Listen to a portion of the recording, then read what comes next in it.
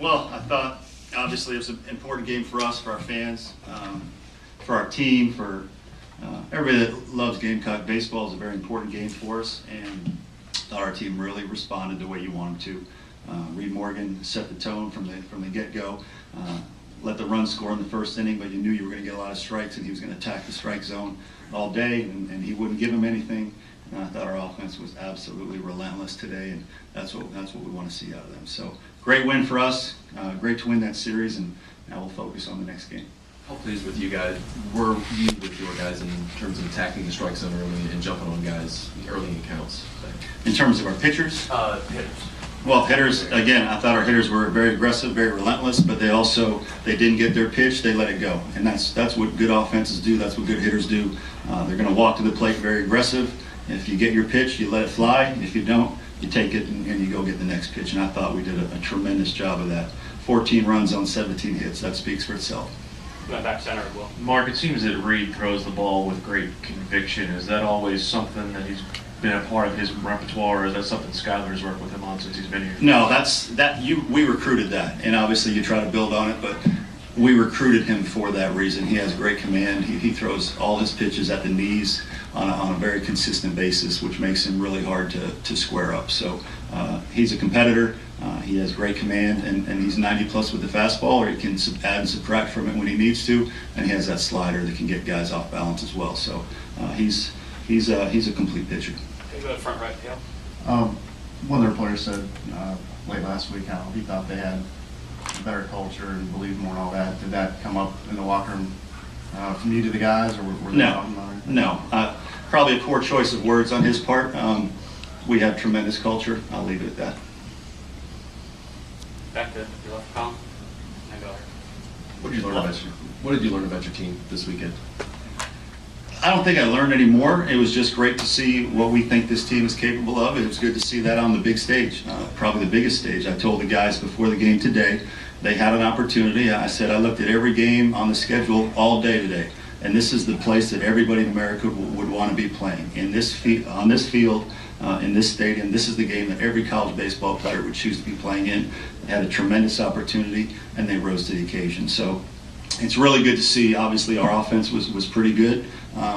I think today was our best game, and you need to play your best game when it matters most. Taking the front right there. Mark, I know it's only your second go-around of this thing, but knowing how much it means to the state and the fans, all that already, any sense of relief or burden to kind of break a 4-year stretch of losing in this thing? Burden for whom? Just kind of a sense of kind of getting the monkey off your shoulders, just a burden that maybe the program felt in losing the rivalry, knowing that it means so much to so many people in the state just to win at least 2 out of these 3 games. Yeah, well, I said it before the weekend started. It's not pressure. It was an opportunity to play and show what we're all about, and we did that.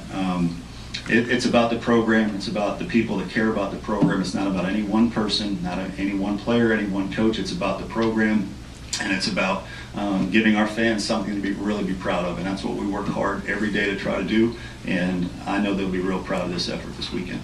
We'll go to top right, John. I know with TJ, or at least with your program, y'all emphasize the next game and focus on taking the opponent the same way, but for TJ, him being a senior, his history, having committed to Monty, and did you sense anything with him over the course of a week or the weekend that was different about him? No, obviously he plays to win every game. He tries to have a great at-bat every at-bat. Now, after the dust has settled, is it maybe a little bit more special that he played so well on this stage? I'm sure it is. It's very important to him. It's very important to those kids from Somerville. That's why we had Sawyer Bridges close out that game. We know how important this thing is to them, and I wanted Sawyer to get that last out today. That's really important that those guys can share in that. They're very proud to be Gamecocks. They give up a lot to be Gamecocks. TJ came back for his senior year, so when it means that much to those guys, you want to put them in situations that they can really enjoy. Front, Sean. When you lose so many pieces in the offense, how valuable have those 2 junior college transfers been in the middle of the order for you? Tremendous.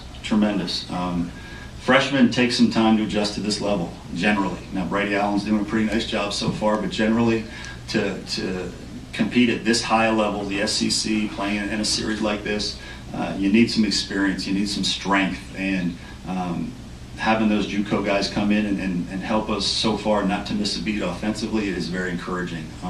And when I took the job, Coach Tanner had talked about how he thought JUCO players over the course of our history played a very important role. Steve Pierce is a great example. So that will continue to be a piece of the puzzle for us. So in this recruiting class, those guys have been extremely important so far. Go back, John. I am curious, since this was a topic of discussion this week, what would you say the traits of the culture are that you try to establish, and how did that come about this weekend, seeing your team go up there Friday night, win, and then coming back after a 6-1 loss yesterday today? Yeah, well, again, you don't have to look far to know what we're all about. On our tunnel, it says play hard, play smart, and be disciplined. In our locker room, it says preparation, it says toughness, and it says discipline. And on top of that, we have a very positive mindset. We talked about having each other's back. Yesterday, for everybody that was at yesterday's press conference, what did the two guys on both sides of me say? They would have Reid Morgan's back. That's what we're all about, and that's why this is a very strong program. And it's been like that for a long time, and it always will be that way. Back to the back center. Seems obviously an early to ask this question, but do you have a plan, or at least think of a plan for Friday? No. Everything's on the table. Obviously, we'll enjoy this for a little bit, but now we'll have to turn the page. We've got a Tuesday, Wednesday, Friday, Saturday, Sunday, so we're not a perfect team yet. We're not where we want to be, so we still have some decisions to make moving forward, especially with Carm now being out of the weekend rotation due to injury. So we're still a work in progress. It's a great weekend, but we're far from where we need to be as a complete team, so we'll continue to tweak things where they need to be tweaked so that we can continue to get better as the season goes on. Okay, we'll go to the center here with Rick. Mark, how valuable can this series win be as far as giving you some momentum going into the rest of the season, especially with some of your newcomers? Yeah, it's just good for them to see they can have success at the highest level. We're going to have 30 games that are an absolute bear in this league. So it's good for them to have this success on this stage. And it's confidence they need to build on. Doesn't guarantee anything moving forward. What it guarantees is that they know they can do it. And so now let's continue to learn what gave you success. How did you prepare? What allowed us to be so good today? Whether it was the mindset, whether it was your attitude, whether it's what you did in batting practice. It's just a constant learning process so that we can build on it. Okay, we'll go with Jeff and Phil. As far as Friday night goes, I know you just answered that, but is it tempting, or will you consider at all Brett for that role, or do you not mess with him as good as he's been? Well, everything's on the table. I will say that everything is always on the table. You do what you think is best for your team. That being said, the point you brought up is sometimes guys are so good in certain roles that you don't want to mess with it. And if you can move one or two pieces instead of three or four, a lot of times that's the way to go. But everything will be on the table. We need to dig into our statistics. We need to see who's being underutilized. We need to see who's being overutilized. And we're still going to have to give some guys some auditions to see what is the best decision long term. So be prepared for anything at this point. Well, Sorry, go ahead. well, one more. Luke just keeps seeming to come up huge in big moments. He did it twice today. What does that say about him?